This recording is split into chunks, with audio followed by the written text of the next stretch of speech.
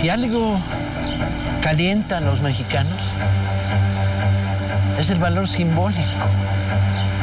O sea, creo que tan valioso y tan importante es haber recuperado las ganancias de la extracción, la refinación, la transportación, el subsuelo, que estaba en la ley.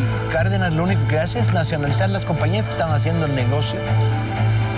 Algo tan importante como el hecho de la nacionalización es darle orgullo a un país, es darle dignidad, la sensación de que no hay fuerza transnacional que esté por encima de sus designios. Y eso es lo que lo hace grande al general Lázaro Cárdenas.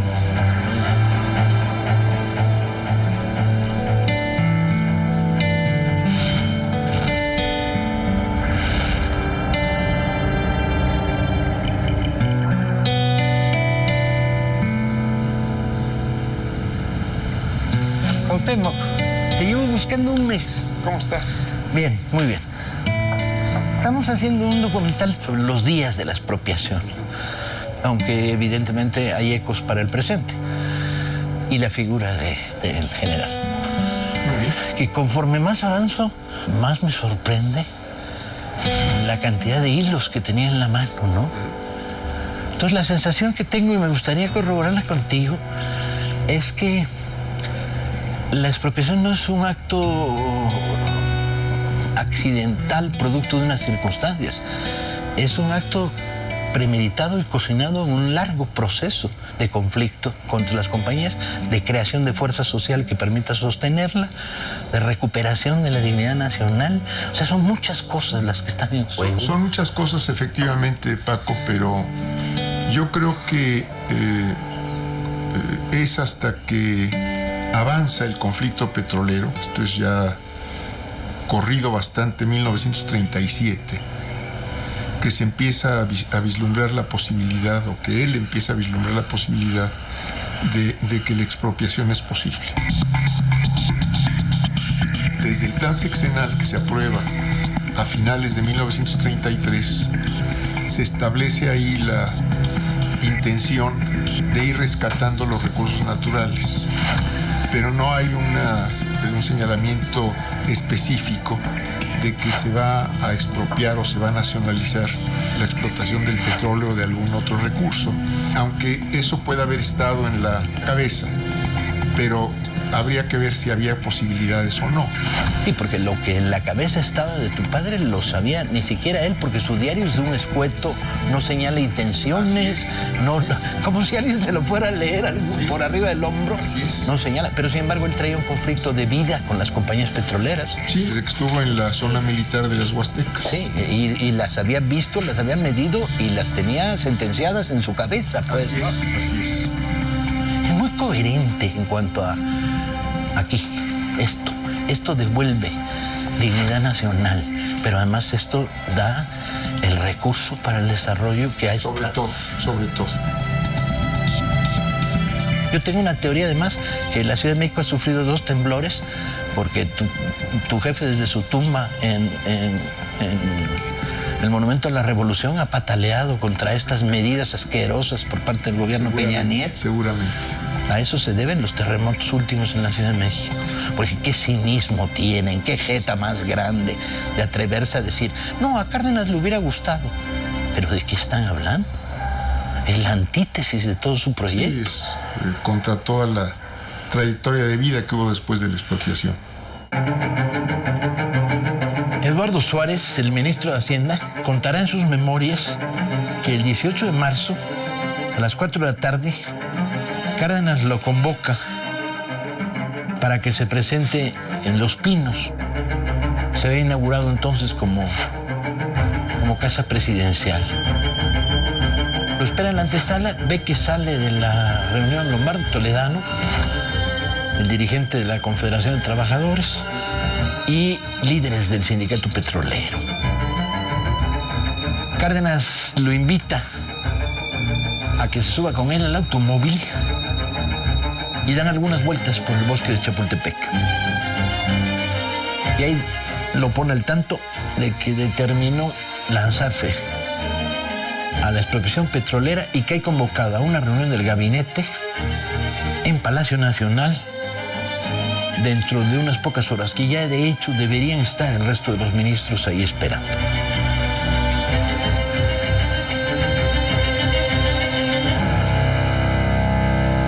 No va a durar demasiado esta reunión.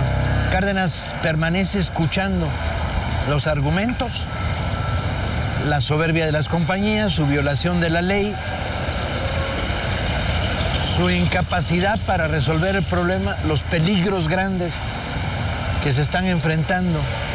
No hay salida para el conflicto petrolero. Las compañías se niegan a aceptar los resolutivos de la Suprema Corte y Cárdenas le dice al gabinete: expropiamos.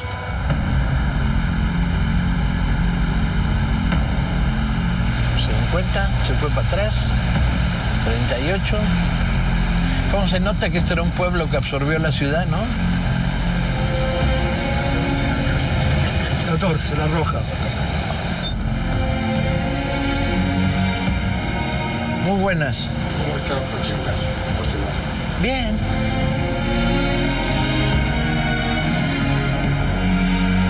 ¿Cómo se genera el momento el 18 de marzo? La intervención de Cárdenas en la construcción de la expropiación. Cuando llegó al gobierno el general Lázaro Cárdenas, el 34, y llegó en una campaña electoral cuyo leitmotiv era organícense, organícense. El primer año fue apoyar la organización de los trabajadores, de los electricistas, de los mineros, de la construcción, de la clase obrera, del proletariado mexicano de entonces, pero también los trabajadores de la industria petrolera. El 36 fue el gran reparto agrario, bajo la forma de ejidos colectivos o de ejidos con derechos parcelarios. Con el ejido venía a la escuela libros de texto que estaban a la izquierda mucho más que los libros de texto de la Unión Soviética. Era entrar en el alma del pueblo. Y es no solamente el alma, pero el alma se entrelazaba en organización. Esto fue el 36. Acabó en que Cárdenas repartió 20 millones de hectáreas. Y además todas estas medidas van creando el ambiente de una nueva conciencia nacional, conciencia campesina, conciencia de que somos nosotros. Nosotros somos los que somos. Hay que tener mucha sensibilidad para hacer eso. Y además el presidente lo hizo recorriendo. Caminando. A veces llegaba a un lugar y se le salían las lágrimas de ver la pobreza. Y otra vez está en sus apuntes, dice: lo que más me da pena es ver la cara de indiferencia o de hostilidad de algunos grandes funcionarios que me acompañan frente a las angustias de nuestro pueblo. Sobre este pueblo movilizado, cumplió lo que tenía anotado ya desde antes de su gobierno. Vamos a tener que resolver la cuestión del petróleo, decían los apuntes.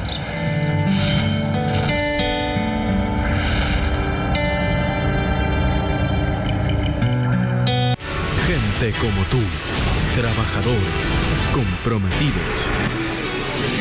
Hola, soy Reina Ávila, tengo 21 años de comunicación social.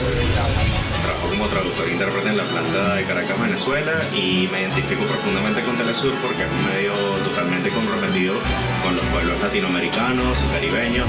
Trabajo en Telesur por un compromiso con la verdad y con la integración de nuestra América. Me llamo Marisol, trabajo con mis compañeras, soy de mantenimiento, tengo 2 hijos y amo y quiero a Telesur. Un gran equipo que día tras día con su aporte hace posible el sueño Telesur. Somos gente Telesur.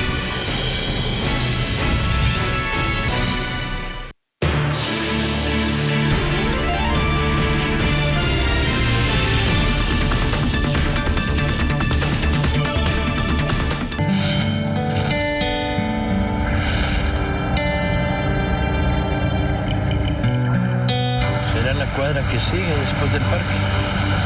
Eso es por aquí.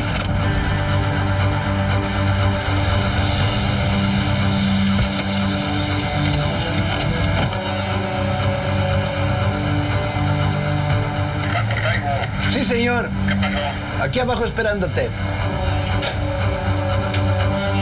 Ya estaba yo con que ya me plantaron. No, hombre, ¿qué te pasa? ¿Cuándo te he plantado yo a ti?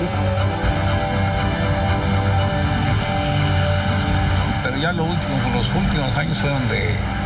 Oficina. No, al revés, de taller mecánico. ¿Ah? No volví desde que a entrar, porque sí venía yo afuera. Desde el año 72, enero de 72 me fui de aquí. Pero este debía ser un parque de masas, es un parque de minorías, ¿no? Entonces eran las plantas. Ahí hay un tanque, mira, que debe ser de aquellos tiempos. El tanque elevado. Ese tiene cara de ser tanque viejo, pero todo lo demás desapareció. Oficinas, plantas, talleres. Mira, aquella es la planta de fuerza. ¿Sí? La planta eléctrica. O sea que las plantas estaban ahí. Aquí estaba mi taller, por aquí. Por aquí estaba mi taller, el taller mecánico. ¿Habré meado alguna vez en uno de esos árboles o serán...? Los más frondosos, colega. 35, la formación del sindicato La formación petrolero. del sindicato. Ya con el gobierno del Cárdenas se unifican todos y forman el Sindicato Nacional de Trabajadores Petroleros de la República Mexicana. Todas las demandas aisladas de que los fogoneros, los trenistas, los operadores de plantas, los que estaban en los campos, en la perforación, en la producción, comienzan a unificar sus demandas y es lo que le plantean a las empresas, pero como un todo. Hay un solo sindicato de industria y varias compañías. Entonces les plantean las demandas salariales y no solo salariales. Sobre todo ese fondo de compensación que se pensaba que las compañías decían que no tenían dinero, que ganaban muy poco. En mayo del 37, las negociaciones entre el Sindicato de Trabajadores Petroleros y las compañías se habían estancado. Los obreros demandaban la firma de un contrato colectivo que establecía la jornada de 40 horas, el pago de salarios completos por causas de enfermedad y 65 millones de pesos por pago de salarios y prestaciones. Por su parte, los empresarios rechazaron firmar el contrato colectivo y ofrecían solo 14 millones de pesos. Las compañías siguieron extrayendo el petróleo y sus campos petroleros eran zonas cerradas, cuidadas por sus guardias, donde no podía entrar ni la autoridad mexicana ni el ejército mexicano, ni siquiera el ejército mexicano. El 17 de mayo de 37, el sindicato emplazó a huelga, la cual se hizo efectiva a partir del día 28. A los pocos días empieza a escasear la gasolina, afecta la vida económica del país. En las calles se empiezan a ver automóviles particulares detenidos, autobuses de pasajeros, camiones de carga. El 7 de junio, el presidente de la República interviene y les pide a los trabajadores que levanten la huelga. Y dado que las contradicciones entre sindicato y empresa parecen irresolubles, irreconciliables, les sugiere que lleven el debate a la Junta de Conciliación y Arbitraje, que admitan la mediación de los tribunales del trabajo. Los trabajadores acceden, el 9 de junio levantan la huelga. Se procedió a hacer un informe de 2.500 páginas y un dictamen de 80 páginas. Se consideró que la empresa El Águila había tenido un promedio de utilidades anuales de 55 millones de pesos, por lo que se concluyó que debería pagar 26 millones de pesos por conceptos de salarios y prestaciones sociales adicionales a lo pagado en 1936. Para evitar el pago de esos elevados impuestos, la empresa decidió dividir las acciones de 10 pesos, 4 para El Águila de México y 6 para una nueva compañía, El Águila de Canadá. Con esta estrategia, El Águila de México vendía a The Eagle Shipping Company sus productos por debajo de los precios del mercado. En lugar de venderse el barril a $3.19, lo vendía a $1.96. De esta manera se ocultaban las utilidades para reducir el pago de impuestos en México y trasladar parte de la contribución sobre las utilidades a otro país. Los empresarios refutaron el dictamen. Se hizo imperiosa la intervención del presidente de la República. El presidente intervino el 2 de septiembre del 37, citando a los representantes de las compañías en las oficinas del Palacio Nacional. Uno de los gerentes del Águila, en esa reunión, afirma que la compañía era mexicana, que no era cierto que se tratara de una subsidiaria de entidad extranjera, lo cual es risible. Podías comprar en Holanda acciones de la subsidiaria de la Royal Dutch, ¿no? Entonces ofreció Cárdenas lo que la justicia había fallado. Las empresas petroleras dijeron, señor presidente, no podemos pagar eso. ¿Están seguros que esta es la última oferta? Bueno, muy bien, señores, la justicia seguirá su camino. Mucho gusto. Y ahí acabó. Algunos dicen que se gritaron, que Cárdenas hizo la oferta. Eso no es estilo ni de Cárdenas, ni estilo mexicano tampoco. No se hacen así las cosas. Cárdenas informó al embajador estadounidense Daniels que en el futuro el gobierno mexicano tendría que establecer un control sobre las actividades petroleras. Los salarios e impuestos serían fijados de acuerdo a un criterio oficial. La Junta Federal de Conciliación y Arbitraje otorgó largos y diversos plazos a las compañías petroleras para que éstas presentaran en forma sus objeciones al dictamen. El 8 de diciembre, los obreros realizaron un paro de labores en protesta para que la Junta tomase una decisión. ¿Tú dirías que los trabajadores de aquella época, el sindicato era un sindicato muy combativo? El sindicato era muy combativo. De hecho, había partidos políticos detrás sobre todo el Partido Comunista, que estuvo muy presente. En las asambleas se cantaba el Internacional, en algunas partes, no en todas, ¿no? Y había una tradición fuerte de los sindicatos anarcosindicalistas en la Huasteca. Sí, aquí... En la Sinclair. Pero bueno, el hecho es que en 38... Industrial Workers of the World también estaban hermanados con asociaciones, sindicatos de aquí. Finalmente, el 18 de diciembre, la Junta falló a favor del sindicato ordenando pagar los 26 millones de pesos. El 29 de diciembre, las empresas acudieron ante la Suprema Corte de Justicia de la Nación para apelar el fallo y presentar un amparo. Al mismo tiempo, las compañías petroleras retiraron sus fondos de los bancos mexicanos, enviaron la mayor parte de sus carros tanque y barco a los Estados Unidos. La presión que ejercen las compañías estadounidenses al retirar sus fondos bancarios para provocar una crisis económica y monetaria en México fue aumentada porque el gobierno norteamericano no reanudó el convenio anual que tenía con México para la compra de plata. Fundamental, porque México era el gran exportador de plata en estos momentos. En el campo diplomático, las legaciones de Estados Unidos y Gran Bretaña insinuaron al gobierno la necesidad imperiosa de llegar a un acuerdo con las empresas petroleras.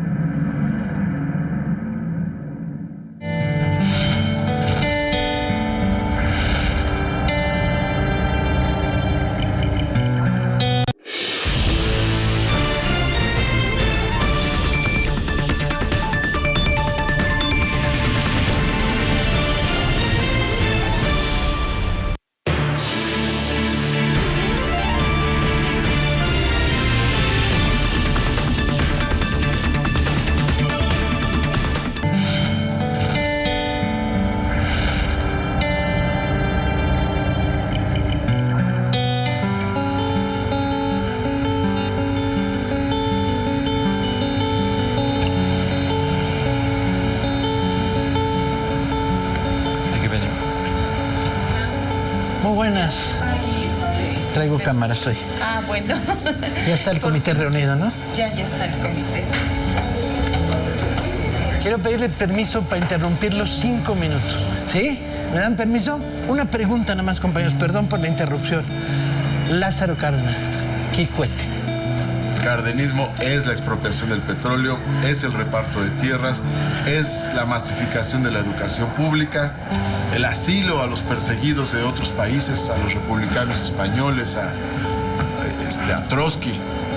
Entonces, pues es nuestro referente. El cardenismo es el referente del mejor México posible. Está presente. El gobierno de Lázaro Cárdenas, como la necesidad de que los gobiernos defiendan los intereses de la población y particularmente de los trabajadores, que es la mayoría de mexicanos que viven de su trabajo. ¿Por qué? Porque la expropiación petrolera precisamente derivó de la negativa de las empresas transnacionales petroleras de atender los derechos de los trabajadores. Las compañías al final fueron buscando no cumplir con la obligación que tenían en cuanto a los aumentos en prestaciones, salarios, etcétera. Siempre pensaron que a lo más que podía llegarse era a que se incautaran temporalmente las empresas, las instalaciones, los campos, etcétera. Pero nunca pensaron que pudiera llegarse a la expropiación. La expropiación de repente es como si de repente algo que está preparado, armado, socialmente construido, saltara gracias a la voluntad del jefe de la nación, para llamarlo de una manera, ¿no? La Suprema Corte ordena que paguen y las compañías se ponen en rebeldía. El presidente Cárdenas tuvo reuniones el 3, el 6 y el 7 de marzo para tratar de convencer a los representantes de las empresas de acceder a pagar la suma de los 26 millones de pesos. Pero se negaron. No tanto porque pudieran o no conceder el aumento, sino que intentaban evitar sentar el precedente.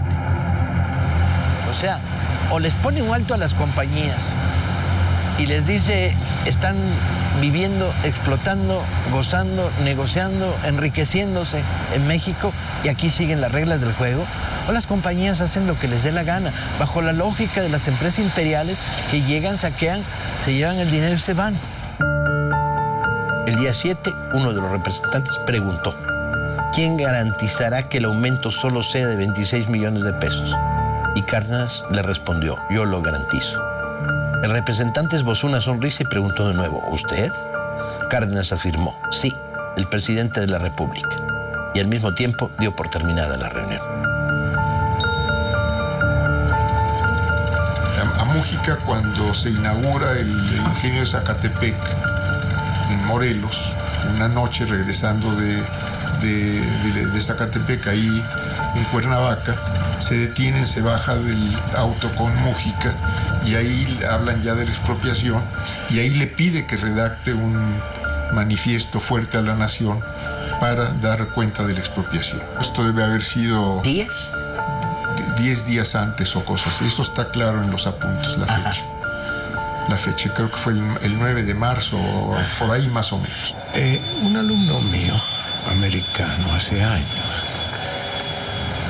era militar, estaba en Columbia University. Se leyó y me dice, mira, resolvieron como resuelven los militares. Salieron a caminar y caminando en el campo, así tomaron la resolución y se me quedó grabada porque era cierto. No era en la oficina, en el buró, a campo traviesa. Bueno, creo que tenía razón el hombre, era teniente. Se cuenta una historia que a mí me gusta mucho, que no debe ser cierta, que es, a las 8 llega a Palacio, reúne al gabinete, les plantea la temática y oye opiniones y luego se va a uno de los patios, pasea un ratito, regresa y dice, expropiamos. Me cuadra mucho con la imagen que tengo. Debe ser leyenda. Eso no te sé decir, pero lo que sí sé es que hubo 2 equipos, 2 pequeños grupos de 3 personas o algo así, que redactaron decretos de expropiación. Ajá. Fueron 2 grupos. No uno. No uno.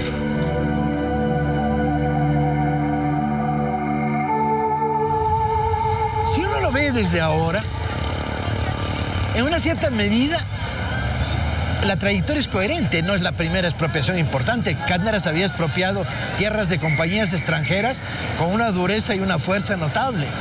Había mostrado sobradamente su voluntad nacionalista. Las compañías se habían metido en un callejón sin salida al violar la ley, ¿sí? Pero nadie se lo podía creer. ¿Y por qué no te lo puedes creer? Porque nadie se puede creer que de repente en un país donde las traiciones, los medios dichos, las medias verdades, la demagogia, ¿sí?, aparezca fulgurante esta posición que solo puede ser calificada en lenguaje muy popular como de muchos huevos. Mensaje a la nación. La actitud asumida por las compañías petroleras, negándose a obedecer el mandato de la Justicia Nacional, que por conducto de la Suprema Corte las condenó en todas sus partes a pagar a sus obreros el monto de la demanda económica, impone al Ejecutivo de la Unión el deber de buscar en los recursos de nuestra legislación el que los fallos de la justicia se nulifiquen o pretendan nulificarse mediante una simple declaratoria de insolvencia, como se pretende hacerlo en el presente caso. Es el interés social de la clase laborante en todas las industrias del país el que lo exige.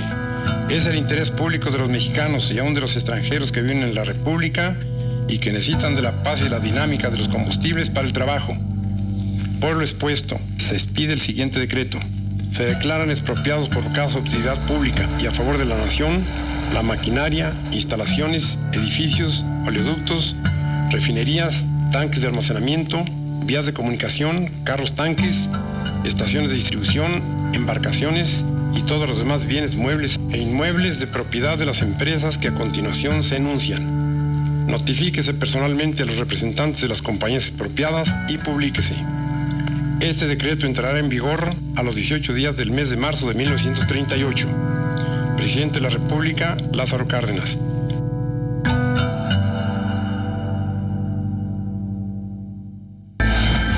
La última ofensiva neoliberal en México ha sido una embestida de tractores, trenes desbocados contra Cárdenas, Lázaro Cárdenas, y la expropiación del 38. El Zócalo se repleta, más de 100,000 personas vienen a apoyar. Es el shock. La hicimos. Este país se puso de pie de nuevo. Enfrentamos a las potencias más grandes del mundo y les dimos con el cubo en la cabeza.